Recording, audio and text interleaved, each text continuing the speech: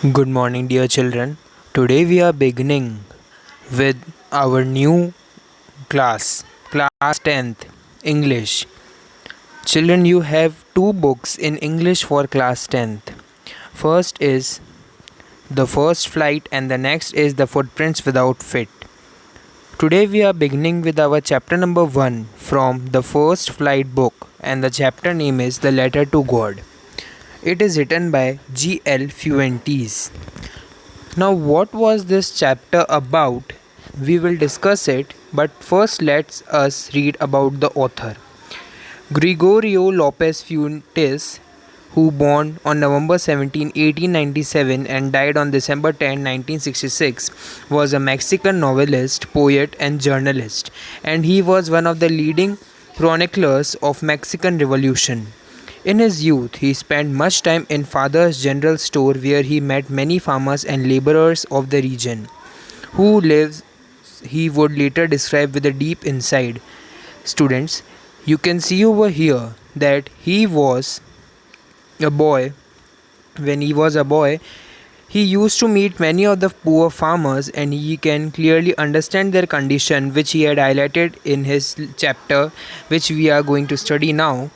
His first success, Campamento, in 1931, that was Encampment, was followed by several others dealing with aspects of revolution, including Tierra, that is 1932, of Earth, a novel about the Mexican revolutionary Emiliano Zapata, that is MI General, 1934, that is actually My General, a work on lives of general after revolution, and El Nido, that is The Indian.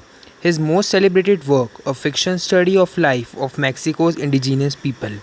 So he was a writer and he had written several successful stories which we have discussed over here along with their years. Now let's see what was the basic theme of that story. Children, Lanco's crop was destroyed by heavy rain. So he turned to God for help. He wrote to God a letter asking him to send him money. He received a letter from God along with some money. Who actually sent the money? What did Lanco do then? Let us read the story. So there was a farmer we come to know who was Lanco, and his crop was actually destroyed due to heavy rain and storm. So he asked God for help and he wrote a letter to God for sending him some help with the money. So now God received his money letter that he requested money, but actually it was not God. It was somebody else who received the letter and who actually helped Lanco in his depressions. Now, but afterwards, when Lanco came to know, then what he was his reaction and what did he do then? We will study in this story. This story was about an innocent who strongly had faith in God and wrote a letter to God himself. Children, a one who is atheist does not have any belief of God, but he is not an atheist. He was having a total faith in God and he wrote a letter to God by himself because he was in his depressions and his crop was completely destroyed. The house, the only one in the entire valley, sat on the crest of low hill. From this height one could see the river, and next to the coral the field of ripe corn dotted with the kidney bean flowers that always promised a good harvest. The only thing the earth needed was a rainfall, or at least a shower. So this was all that the earth needed so that the crops could bloom and could be harvested so that people could be fed. But actually the main problem was irrigation facility was not available in Lanco's area, and that was the main, that all the crops would grow but on the basis that if rain comes, that is only the main reason if the crops can grow or not. It was during the meal that, just as Lanco had predicted, big drips of rain began to fall. Students, many times we see in our life whatever thing we are thinking about happens actually, especially some bad stuffs which we think about or which we are tensed about, those happen many a times. So it was same over here, as just as Lanco had predicted, the big drips of rain began to fall. In the northeast, huge mountains of clouds could be seen approaching. The air was fresh and sweet. So that time the air was fresh and sweet, and you can see in the northeast as the direction given, the huge mountains of cloud could be seen approaching. Mountain of cloud means big clouds. It's really getting bad now, exclaimed the man, mortified. Mortified means terrified. I hope it passes quickly. Now Lenko hoped that it should pass quickly so that his crops would not destroy. It did not pass quickly. For an hour the hail rained on the house, the garden, the hillside, the cornfield, on the whole valley, and the field was white as if it is covered with the salt. So this was what Lenko was facing the problem, and the whole crop was destroyed because of this heavy rain. Lenko is a man who devastated because of the hailstorms. Hailstorm means storms, strong storms of hails and ice and water that hits his farm and ruined almost everything. The corn was totally destroyed. Actually, a heavy rainfall cannot destroy the crops, but a heavy hailstorm can destroy everything. That night was a sorrowful one.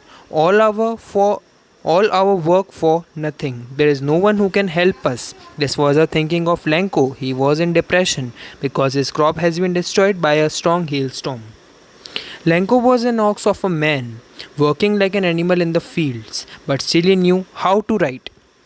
Actually, he was a farmer by his profession and he always did a labour in his whole life, but actually he was educated and literate, so he knew that how to write. As a result, he had a full faith in God and he wrote a letter to God asking for help. God, he wrote, if you don't help me, my family and I will go hungry this year. I need 100 pesos. Now their currency was pesos over there in order to sow the field again and to live until the crop comes because the hailstorm. So now he writes in this letter that because of hailstorm my whole crop has been destroyed. So I hope that you would understand the situation and you would help me. He wrote to God on the envelope. Children, whenever we send a letter, we write to and the receiver's name. So he wrote over here to God. Put the letter inside and still troubled, went to the town. At the post office, he placed a stamp on letter and dropped into the mailbox. The village postmaster opened it and reads. Now, it is illegal to read someone's letter, but here the village postmaster opened it and read what had Lenko written in his letter. The postmaster came up with an idea to answer the letter, but when he opened it, it was evident that to answer it he needed something more than goodwill, ink and paper. Now, when he read the letter, he came to understand that what was actual situation Lenko was facing, and he also thought that instead of just replying to the letter by the name of God, it would be better if some help was also done by them. The postmaster then decided to help him and gathered everyone's money as an act of charity. So postmaster thought of charity and hence he asked everyone for some of the donations that could be made by them so that they could help Lenko. It was impossible for him to gather together the 100 pesos requested by Lenko, so he was able to send the farmer only a little more than half, means about 70 pesos. He put the bills in an envelope addressed to Lenko and then with them a letter containing only a signature of God. So actually postmaster helped but in the name of God by taking the help of everyone. Everyone donated and it was a charity done to Lenko. The following Sunday Lenko came a bit earlier than usual to ask if there was a letter for him. It was the postman himself who handed the letter to him. As postmaster had was only the one who helped Lenko, so he thought of giving him by himself his replied letter that was sent by God. Actually, it was sent by postman in the name of God. Now, what was the reaction of Lenko? Lenko showed not the slightest surprise seeing the bills. As he was not an atheist, so he had a belief in God, so he was not surprised. Such was his confidence. Now he became angry when he counted the money. God could not have made a mistake, nor could he have denied Lenko what he had requested. Now when he read the letter that was sent by God and when he saw that how much money was sent as by the god, and when he counted, he only found 70 pesos in them, and he asked for 100. So he became a little angry because he knew that God could never have made a mistake.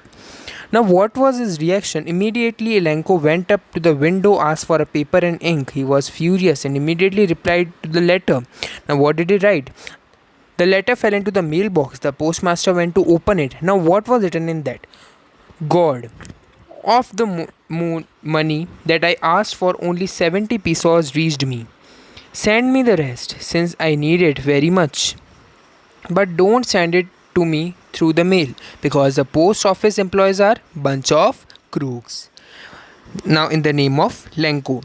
So now, when postmaster read it, he was surprised to know that what Lenko had written, because he had written something very different. He had written that, God, you had sent me 100 pesos that I believe, but the postmaster and his employees are not at all good, because they have stolen the money which you have sent. So he calls them over here a bunch of crooks. Now, this was all about the story what we have read, and this was all we have read and finished NCRT chapter number 1. Now, these are some of the questions that you have to answer, and you can send these on my personal number. Thank you.